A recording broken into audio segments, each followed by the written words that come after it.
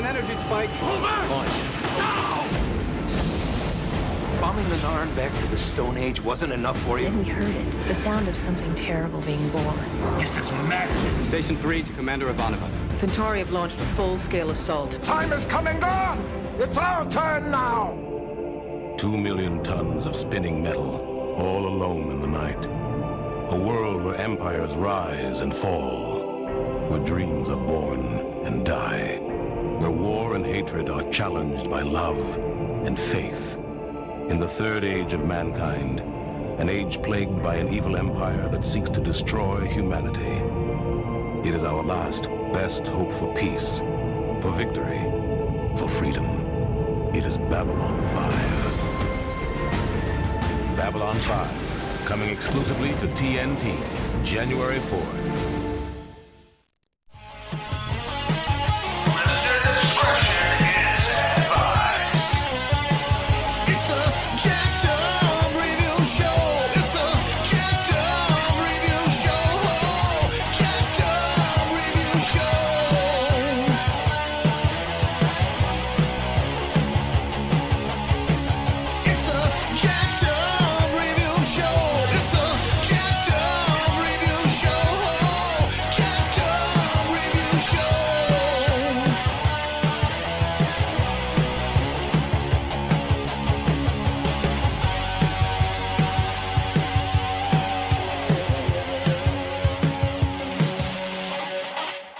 Moving on to Season 3. Season 3 just shows how you got a xenophobic Earth government, and after hearing more troubling news and Sheridan kind of realizing that the cake is a lie, he's kind of made everybody be kind of loyal to him, even more so, and he's really becoming closer to Delenn, the human-looking alien. It's a conspiracy of lights, so to speak, just showing that, you know, there's some utter foul play. Earth is playing games with them, and it's at war with the Mars colony. Yes, that's right. People live on Mars, and there's a colony there. He basically just has a bunch of other stuff going on. He's just like, okay, these shadows, these things do exist. Show definitely, by this time, they are going to town in the whole prophecy. You know, it was originally conceived, the show, as a answer to Lord of the Rings, and this was years before the movie adaptations, but it definitely goes full-blown the most here. The precursor to the initial battle. Yeah, he's just finding just so many just lies and distortions, and there's a few other episodes here too where it's like, you didn't need that didn't really go anywhere or expand the story, but it was entertaining, I guess, on its own merit. At this point, Sheridan's like, I'm actually the president. You know, the station is all divided. We have all these other bureaucrats coming on here, kind of taking it over for a day. I'm gonna kick them off the station and keep other stuff secret from the database. We see Vester, you know, Koenig's, Psychor character return, and it's interesting how they're coming up with different ways using Lita's technology to, telepath technology to because she's a former, ex-member of the Psychor, and to basically block the mind reading, the brain scanning activity. Yeah. And I think that's what's more interesting to it here. It really does make him way more likable, and Garibaldi is kind of becoming his own thing. He's really trying to, get a love life instead of just, be restricted and be the angry drunk at the bar after a entire day's work. What's your general thoughts on how the whole thing flows? I knew this was, I think I enjoyed up until, season 2 through 4, I enjoyed each one more than the previous one. So yeah, just ramping it up, and everything's getting ramped up and getting everything's getting serious now. If it wasn't before. I really enjoyed the episode with, I really enjoyed seeing Majel Barrett on, I think this was the season she was in. Yeah. Who would have thought? I mean, apparently the rivalry was just between the fans, I guess. I don't know. I think the actors didn't really care much. There's like a thing coming up where 2 of the Deep Space Nine actors are going to be there, and the lady that plays Lita Alexander is going to be there, and it's being hosted by a group that does Babylon 5 stuff. And Patricia Tallman. And but Tallman, just so filling everyone in the loop, she was better known for being in the Night of the Living Dead remake, as well as George Romero's Night Riders. So she kind of already had the action horror fan base there, and she mentioned in her book, which you can find on the Memory Alpha Star Trek Wicca, she talks about how she met Adam Nimoy, Leonard Nimoy's son, and how that and Mike Vijar, a lot of the crew of the Star Trek shows actually liked working on the B5 crews. They had no problem, and they loved it when they came over here. They're like, we love you on that show. Can you come on over here and guest on ours? So, like you say, I think it was just between the owners, the whole rivalry, and Straczynski being mad because, they took a lot of his ideas and kind of claimed it as their own. That was the whole bad blood. But so often they have, Mike Vijar, a longtime TV director and editor, going to both sets. But yeah, Tallman was especially loved. Nimoy, however, did not like her because he was just one of those old school guys. He thought everyone, whatever area they're in, they should stay in. I'm like, that's not fair. She's both acting and a stunt person. So, but she doubled virtually every other Star Trek actress, and especially the DS9 gals, they loved her so much. They're like, such a sweetheart, so funny. We want her to get the residuals for doing the stunt work. So we're going to, at first they start trying to do most of their own stunts, and they're like, yeah, no, we want you. It's what you're here to pay. So we're going to let you handle all the falling on her face, out of a chair every episode. She played so many, guest star roles on Next Generation DS9, so it was all in good faith. I mean, and to see her on here doing a lot of the same stuff in between, stunt work for other blockbusters like California, which, if I'm not mistaken, when I last watched that, I think she plays one of the deputies who gets shot at by evil Brad Pitt. And she's credited for stunts for Speed, but I have no idea who she could have been, Oh. One of the people in the elevator at the beginning, I guess. It'd be ironic if she's the gal who goes, my shoe, it's missing. That would have been funny. Because that's a key. But yeah, she's doing all this shows and then occasionally appearing in stunt acting roles like the first Austin Powers. And so she gets a ton more focus. You definitely understand her better. She doesn't feel like just, at first you don't really see her really as I think that's what's beautiful about it, is because Talia Winters just so disappeared and they took a while to introduce Lita. I think I never really saw her as a replacement. I know some did, and she basically was. She just was so different to where it's like, okay, I can get behind her. Oh, yeah, that's another groundbreaking. The whole Talia Ivanova storyline, which was very subtle. They couldn't be as overt about it as they wanted to, but just having a lesbian storyline, a lesbian couple on a show in the 90s was a big deal. And it happened so fast that, you miss it at first, and then it just was only caught on and rewatching. Yeah. This season had the Dr. Franklin STEM addiction storyline, which I'm not a fan of. It was just too, you see that kind of stuff in a lot of shows. I think even Battlestar Galactica had a STEM addiction storyline. Maybe they copied from the show. I don't know. No, that's fair. I mean, when it's first introduced, I was kind of like, I didn't even catch on to it at first, but I wasn't really liking it. I think I just liked it better when he just is actually kicking it, because it was the dramatic payoff was cool. But like you say, the build up was like, what? That doesn't seem like him. Yeah. I get that where he was going with it. I think he was just so overwhelmed writing. I mean, what can you say? He's writing all the subplots that he doesn't really balance them all well. He could have introduced all the other problems and saved them for season 5. Maybe it would have been a better season. I don't know. I do still find him kind of thrilling though, because he's still doing a lot of his just save the people on the station. I don't know.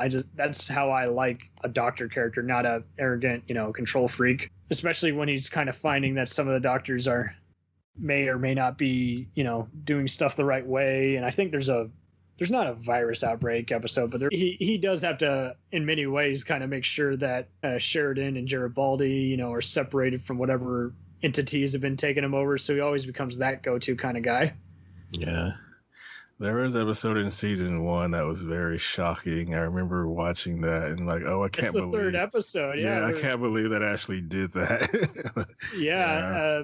Even Star Trek didn't dare to get that dark, where basically he has to help a bunch of aliens, and because he used his science, and they're of the prophetic religious, they must kill their child because it's been interfered with science. It's no longer deemed natural by their standards. And he's like, but I was trying to save the kid. It would have died had I not helped. And it's like, I basically signed its death warrant because, I should have just adopted it, but, who would have known?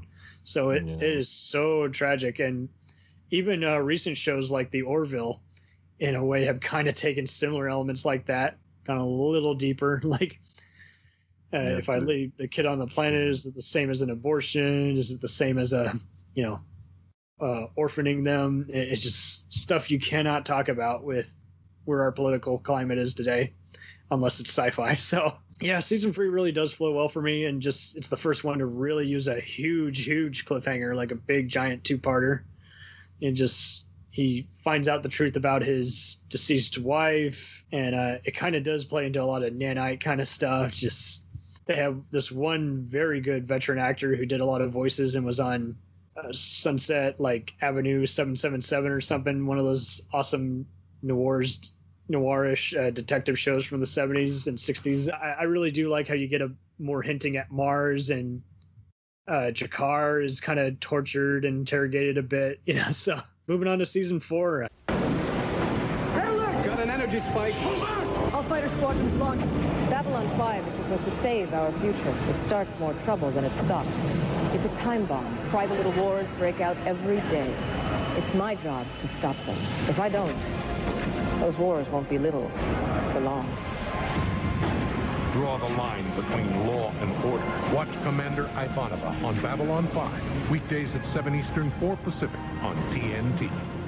Season 4, finally fleshing out all of the Mars stuff. The crooked Earth government has been against it for so long. And by this time, B5 is its own thing. They are separated. They occasionally have some guys come in and say, read them basically a constitution saying, you are violating this. We are going to make you a target. And he's, of course, having to keep all his other findings. Sheridan's having to keep all his other findings secret because he knows that eventually, in many ways, they're going to deem him unfit. But that's why he had to separate it, because he's just like, you're going to just try and take us down, deem us unfit. I don't need to have any more mutinies to deal with because I've already had to do some of that before. Seeing how there's been so many other excellent battles, in many ways, even just awesome speeches. Each time they print for battle, I'm telling you, it is epic. Now, there's one by DeLynn that I still quote sometimes. Really? Yeah, the God sent me quote. No, that's Ivanova, sorry. That's what I meant to say. But DeLynn has some really good speeches on the show as well. Yeah, she has some speeches, but like Jakar, I kid you not, I want to march into battle with him. Go apeshit. Yeah. DeLynn's basically like, don't mess with me because I'm a badass. Like, you're making a mistake by even being here. And that's what's just so wild is just like he's, in many ways, it's so weird how it goes because they're just amping it up. Is like everybody's got to speak for their own voice at this point because they're all in this together. We can't have just a bunch of different voices just all getting into mindless battles. And I mean, they are having to put in some serious thought into how the battles are animated and everything. And I do have to say, everyone will often just kind of gawk at some of the establishing shots, but when they actually go into the battles, I still think they are pretty epic, and it helps that they're intercut with all the tracking around the corridors. They didn't want to ape all of Star Trek, so they don't have a lot of the, in fact, I can't even remember a single episode where they kind of go for more just Roger Corman, just kind of low budget, Full Moon Entertainment, Puppet Master type shots where they got, they start out with just darker lighting and grim music and intense close-up of an actor, and then just stretch it out to, full tracking around for all the intense stuff. That's where they save it, and that's where it works well, Yeah, we talked about the music on the show. Christopher Franke is awesome. Tangerine Dream. Yeah, he's definitely the most intense here in these scores. And I mean, he's definitely one of the few composers where it's like every single score he used is available on every soundtrack. I definitely dig a lot of the battle themes because they do it in a way where it doesn't feel over dramatic. And I got to say, the Minbari ships, how they're designed, are really cool. especially their bridges, how many people actually, they're operating this all with their minds. Okay. And then later on, we see some of the other aliens, like the first ones, the really ancient aliens. Some of those are pretty neat as well. Yeah, and they really went for it because it's like, we got to create our own mythology, and it was, fortunately, they created it all from the get-go, so they don't, they don't wait for everyone to approve it. It's like, this is our world, you can take it or leave it. I think season 4 really appeals to me because this is where it definitely becomes parts of 3, maybe parts of 2 were kind of a spy show, but it's really a spy show by season 4. It's just, they're sending a bunch of people to do ground assaults of Mars, and Garibaldi's having to help them. After finding out that, much like Sheridan, he was kidnapped and taken over at some point. And there's some other shocking stuff for Londo and Jakar as they go on. But Jakar is definitely kind of interesting because he's basically, this is before he has to basically write his whole Bible for his people, but he's having to do one last giant, run, just go around and try and resolve some other piece in some other areas and go on his own merry way. And it's interesting how he becomes kind of a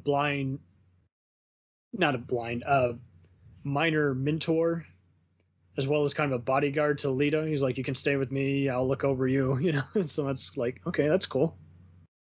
Didn't really see it. It's really only in season 5 that it's more fleshed out. But yeah, at this point, you're seeing, you pretty much see as much of the station as you do of all the conflicts you care about. And Sheridan gets interrogated. It's very... this is before every other interrogation room seen in a show or a movie had to, be very gruesome. It's like, no, it's very intense and disturbing without, even showing anything. And intersection in real time. Yeah, and it was kind of done in real time, or it was, presented in real time.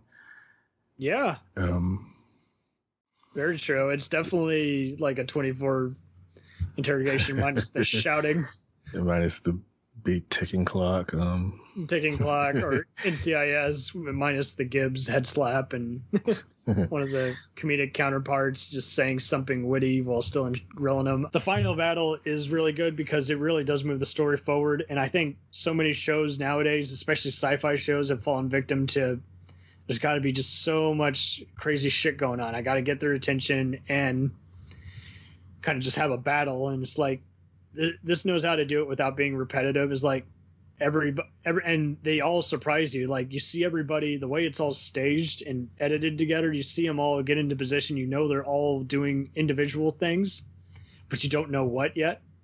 And I would be probably pounded to death and beaten up if I didn't mention Marcus, who's basically Lancelot type space ranger. Yeah. Yeah, he's a space ranger, and rangers in this universe, they work for, they're not part of the Psi Corps, but yeah, they do work for the Earth, and they kind of operate like mercs, like shoguns.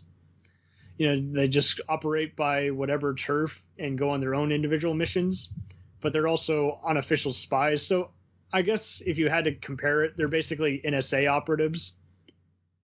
They go out of their way, except they actually do go out in public and become kind of part of the general populace. But they, if they die, no one's going to be there for them. I mean, someone will honor them, but they pretty much, if you die, I'm sure there's been plenty of Rangers who didn't get a funeral. I was surprised when we were discussing every episode how many times someone would say, "Oh, there was a Ranger standing in the background of this scene," or walking by, like, "Oh, I never even noticed." They just kind of blend in with everything else. What were they at the bars? The Zocalo. Yeah, they were usually I think they were usually in there. Man. Yeah, that does make better sense because there are a lot of guys they pretty much go by a bunch of other aliens some of who later become like the Drac. I never would have added up. Oh, those are the same guys who were going to later try nuking us with poison gas in the Call to Arms movie and Crusade. Okay. Mm-hmm. Yeah.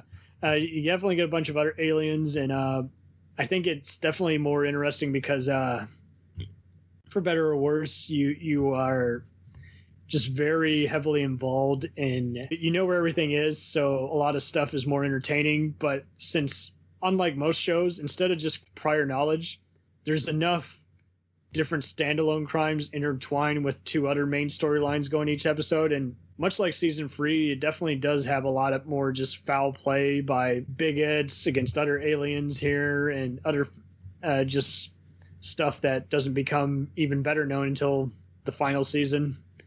So yeah, I think it really does follow strong. I can see why some people end here, because if you want to, you could technically end here. I didn't notice it until the last rewatch. It really does move very quickly through storylines. Not last season of Game of Thrones fast, but yeah, it's like just in case. Yeah, they didn't want to risk it. I think they actually, just in case we don't come back. I don't think they knew for sure, but they kind of had a feeling they might get canceled, so they kind of. Even though it was a 5-year arc, like you say, it's just. I wish so many people would do like this, especially the Sean Ryan of the S.H.I.E.L.D. approach. Just each season is its own, 2-day movie. It's just you can binge watch it, even though a lot of people were marathoning before that was such a thing. But it's very possible to do it because it's so easy to get into, and it's all very well laid out. They were not making this up as they went along. It's great. Yeah. It is a shame. I wish he could have completed the series like he originally intended. So I think season 5 suffers a little bit because the storylines were wrapped up a little sooner than he originally wanted to. Exactly. Yeah. Getting into season 5. Babylon 5 ended a great war and united 100 alien races in peace. Danger didn't die. It just went underground, with new heroes and new evils to carry the torch. We need to make sure they all understand we will not be intimidated. What is wrong with you people? We have to protect him against himself. It's an entire new season of Babylon 5, with all new episodes. Watch the world premiere tomorrow night at 10 Eastern, 7 Pacific, exclusively on TNT. Because get it, Babylon 5, season 5. With season 5, you got a new captain. Sheridan is now the president, has won the battle, has married Delenn. He's not just the president of Earth, he's the president of the galaxy, pretty much. Yeah, there you go. Suck it, Guardians of the Galaxy.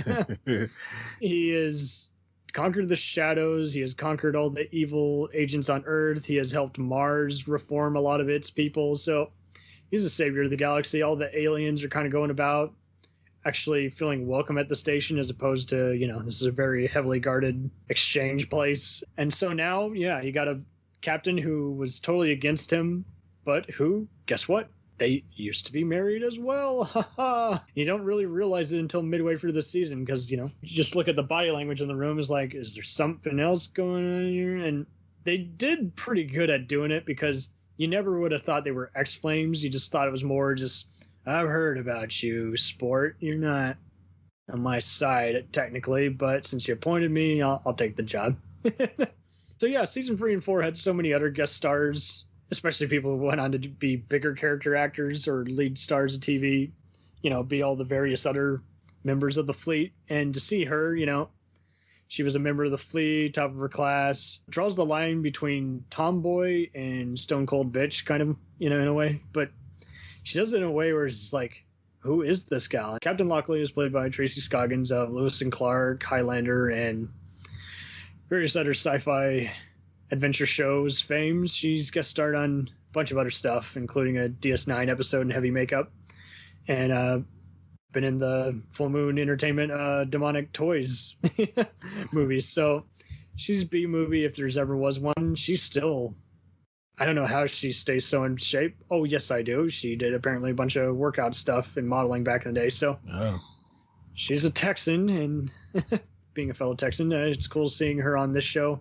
Back in the day, Jerry Doyle, who plays Garibaldi, would joke that he, Scoggins, and Boxleitner were like free Republicans on a mostly liberal show. It's like, Jesus, you guys got to make this so political. It is definitely a rarity. Fortunately, I don't think that isn't really the case as to why this show isn't as popular. It's just because the studio didn't really care for it as much as the audience did. And yeah, at no point does anyone do anything controversial or it's like, oh, I can't show the kids this. And season 5 is definitely like parts of 3 and 4 a little more mature, but I think the beauty of this show is it always was, you know, PG, borderline PG-13 in certain episodes.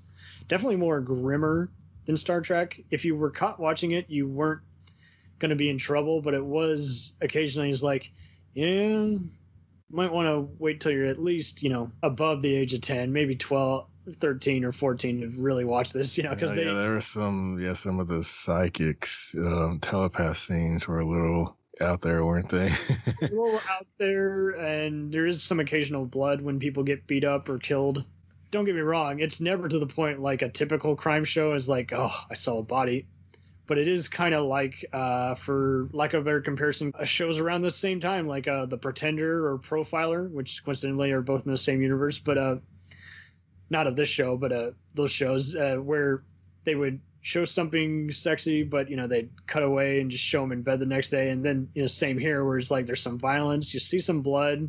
It's not graphic, but you still, you know, you don't really want kids watching all this semi, you know, plausible blood makeup on the person, even though it's just a bruise, you know, it's just a little slightly intense, you know, but not to the point where it's like, okay, this is just so mortally violent that, you know, I cannot show you this until you're 16. I'm glad I didn't watch this till I'm an adult, because there are some moments like I would be so embarrassed I wouldn't have been I would have just been too distracted by the intensity as opposed to getting all the story. There is a lot of just, and I think that's what's cool about it, is those who did have an open mind really got into it and got it, and others who, you know, kind of were just blinded by it really only got the whole story until years later. But this is definitely a show, so many politics and other imagery would have gone over my head. I would have just been more taken aback by how suspenseful it was, you know. Yeah, beautiful looking, but yeah. So interesting how a lot of the stuff in this show applies to current day politics. Yeah. And how sad that you have to do it in a sci-fi fantasy fashion in order to get people to pay attention to it. And I mean, there's plenty of nightmarish dream scenes in a way, and they fortunately do it enough in a way where it's like, it's not spooky creepy, but it is like, okay, it's still kind of X-Files weird. What just happened? Oh, well, fortunately, most of us are mature enough mind. We understand what's going on. Yeah, so season 5 is a full-blown order, and I can see why everyone kind of varies on this. For me, I find the later part of season 5 way more intriguing than the initial stages. The initial stages get way too comfortable. And that says a lot, because it picks up right from season 4, and you have a pretty explosive, no pun intended, you know, Garibaldi saving Sheridan from getting assassinated at his own wedding. That's how you start a season, baby. And just seeing how Londo and Jakar are both running from the mob of various people, you know, at the wedding. You're like, we got to get out of here. This place is crazy. It's just the way they're running, and its stage is very both awesome and just very well shot. And just how they're tracking down, you know, using the camera work that's done to show the whole thing. And I will say some of the makeup, I never have an issue with it, but some of it did seem kind of like last minute. Like some of the actors' faces didn't exactly fit the molds, even though they've reused it only so many times. But it's kind of interesting how they have way more court type discussions. You know, Sheridan is just, he hits the gavel more than usual this time. And in this case, it's often given to Lockley, so she has to do it because, you know, and get past the, you know, prejudice of being a woman and someone in command, you know, a new person. So that's kind of interesting. But like you say, there's some other stuff. I will say Lita gets romantic with this guy who's popular for many fans to hate, and I didn't have an issue with him, but I can understand. Yeah, I'm one of those people that didn't like him, but I didn't like that whole storyline with him. Even the actor he does a lot of voice work, so he's in a lot of the video games that I play. Yeah, Robert Atkin Downs is his name, and he plays Jared. It's not Jared, it's Byron. Yeah. He looks I joked a few different times that he looks like Julian Sands, the actor who played the Warlock. And like you say, he's kind of a symbol of peace. I guess I like what he represents, but like you say, he's not interesting by himself as a person. He doesn't really stand out, but at the same time, he doesn't really, I don't know, he didn't affect me. I was just more distracted by Lita kind of having to fend for herself again, feeling underappreciated. And there's a sex scene where he's like, that's very cringeworthy.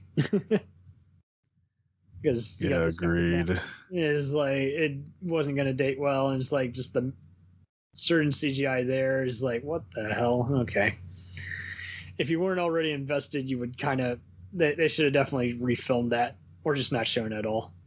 And this is where it's a little cringeworthy. It's done in a way where it's not, but it is kind of, yeah, I'm pretty sure a few kids had to cover up their eyes if parents were watching it with them. So, because it's not like Star Trek where you know what's going on, but it's not, it's both cute and, doesn't show anything explicit. And same thing here. Well, same thing here, but it's a little deeper where it's like, yeah, well, still a little adult material. I'm not sure I want to explain this to a kid right now. I don't have kids, but if I ever introduce people to this, it's like, yeah, I'm going to wait until everyone's a little older because there's just some stuff you're just not going to understand. I like the last portion of the season better than the first part because the first part is kind of tragic, but luckily isn't fully developed and is kind of being such a hard ass on everybody. Tough love, going to shoot you on sight. And in some cases, it's understandable. And other times, it's like, yeah, don't be like the Nazi psychors.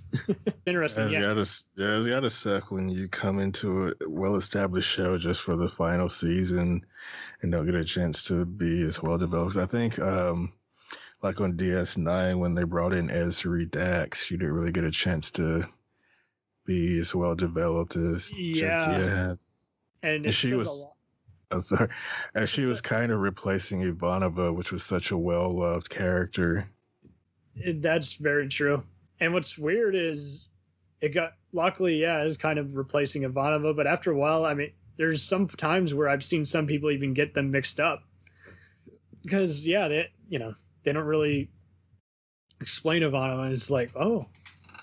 I mean, they do, but it's just so brief. You jump right into it that you forget that she's been missing the last few episodes, and then you realize, oh yeah, she's not in this season at all. Yeah, they have some good guest stars, I gotta say, especially the Penn and Teller as the comedians of the night. Yeah, that was a good one.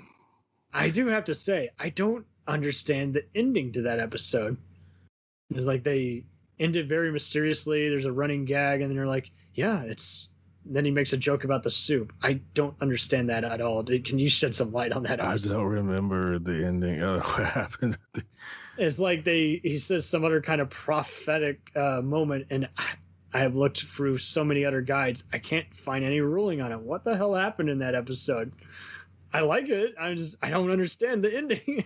I have to watch that one again too. It's all good. Yeah. There's some other guest stars. This is around the time where near the end they start unleashing the movies. We'll get to this at the end of the episode, guys, because otherwise it's going to be a clusterfuck just breaking it all down. I think a lot of it had to do with the fact that I don't know, but I wonder if this is where JMS actually started letting other people write episodes again. So I wonder if it had something to do with the fact that he had to come up with new material, a new direction for season 5 a little bit. Since Neil Gaiman writes a few episodes of American Gods fame. And this is interesting because JMS, who was the consultant on this, he was known for being a cynic and philosopher. Oh, Harlan Ellison?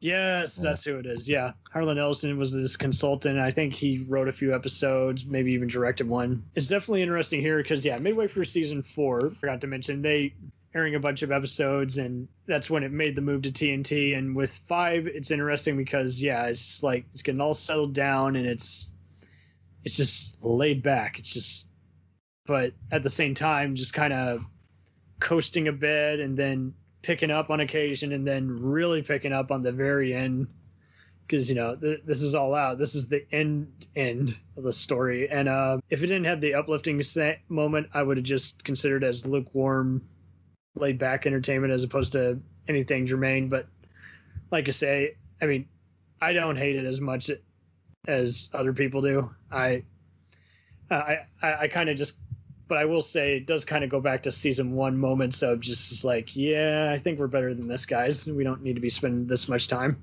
Yeah, it's definitely one of, I put it maybe a little bit ahead of season 1, but yeah, maybe not by much. I'm with that. I mean, I definitely enjoy way more like some of the battles and the other unknown forces, but like you say, just the first part of the season just feels like a extended episode that went like 5 episodes way too long. It can't outdo season 4, but I definitely like it better than, say, some sequels that try to outdo the best sequel in a so-called franchise. It's like just the emotional stuff in the very end where they're showing Sheridan as time goes on, years later.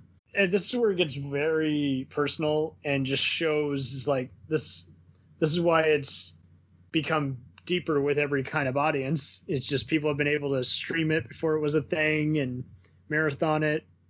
I know a lot of people online who watch it once a year, which is so wild. It's like, 'cause it is a pretty long show. It's worth it, but it is one of those, like, you got to be able to sit down and watch it each week to get the most out of it. And so this is where it just shows how Sheridan's not only become a prophet, but also just a reflection on what a man has done with his life. Quite the journey. It's interesting how Lockley, much like Ivanova, is also in a bisexual relationship and has had a tragic past and had to become the bigger gal, so to speak. Just say, okay, you are passing the torch on to me. I do have to make this station be great. And it's like it's in operation for like a few more months, and then they're finally closing it down because there's just no need for it. It's just been a sight of trouble for way too long. And so that's definitely an interesting reflection. Final episode, I know JMS says it makes him cry. That sounds a little ego-headed to me. Would you say the final episode really is worth watching? Even for those who didn't like the initial part of the season, they should at least watch that episode. Or yeah, it could be. Well, a little behind the scenes, it was actually filmed at the end of season 4 when they thought they were being canceled. So you can pretty much skip season 5 and I guess if you really want to. I'm a completist, so I don't watch it anyway. But yeah, you can watch the finale and still be fine. And I think it does get you in the feel. There's a scene that I pull up on YouTube sometimes, partly because of the music is so good, but it's when the station is, when Sheridan visits the station one last time. Yeah. And then you see all the ships taking off, the different alien ships leaving, and then, apparently everyone does it all at the same time, because that happens in real life, even in sci-fi. But don't. Yeah. There's not one person who's like, wait, I forgot something. My luggage. We'll return after these messages. Hello and welcome to Culture Shocked, the pop culture podcast brought to you by 4 aging millennials and our outdated opinions. Join us every Tuesday as we discuss movies, TV, games, and even music, new and old. Dude, what do you think you're doing? Are you seriously trying to record a promo without us right now? Well, yeah? Dude, you can't just do the promo by yourself. Who's gonna listen to that? Yeah, and you probably haven't even told them that we're a pop culture podcast where we always agree on everything. For instance, the Sam Raimi trilogy, easily being the best of the Spider-Man movies. No. But I think we can all agree that Jaws is a classical masterpiece. Nope, don't like that. But we do all agree that the sequel trilogy of Star Wars is the best in the Skywalker saga, right, guys? That comment is so ridiculous. I don't even know where to Anyways, that'll do it from all of us here at Culture Shock. Thanks for listening. Hey, it's Brent Pope, the host of Breakfast with Brent Pope. You've seen me on some of your favorite TV shows saying things like, give it up, Jimmy. You got to sink this putt to win. On Breakfast with Brent Pope, I sit down with guests from the entertainment world, and we do it all over breakfast. Or should I say Brentfast? Every week on Brentfast, you get inside Hollywood info and tips, great breakfast recs and booty debates. Most of all, you get the most delightful 30 minutes of your week. So dig in. It's Brentfast time. Listen at Brentfast.com, Apple Podcasts, or wherever fine podcasts are found. Do you ever find yourself thinking about who would win in a fight between Goku and Superman? Hi, I'm James Gavsey, and on the Who Would Win show, me and my co-host Ray ignore anything important happening in the outside world and debate fictional battles between characters from comics, movies, and video games. We got a new show every week, and almost always am I the winner. Yeah, not true, Ray. In the past, we've discussed such matches as Captain America versus Darth Vader, Solid Snake versus the Iron Giant, classic matchups like RoboCop versus Terminator, and even the Muppets versus Sesame Street. That one was crazy. So if you're a fan of geek culture and love a spirited debate, check out the Who Would Win Show wherever you get your podcasts, or check us out at whowouldwinshow.com.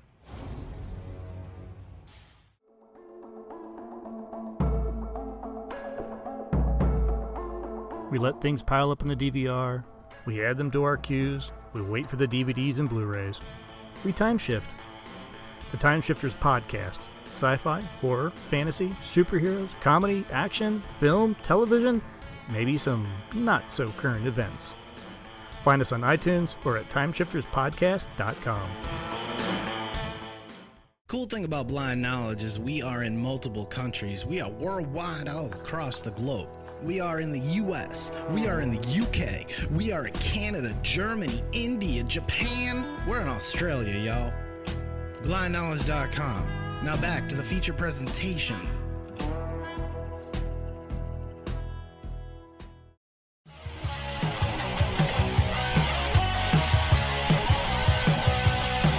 Follow us on the web on Facebook, Twitter, and Instagram. The podcast is available on Podbean, Spotify, iHeartRadio, Anchor, Apple, and anywhere else podcasts are available.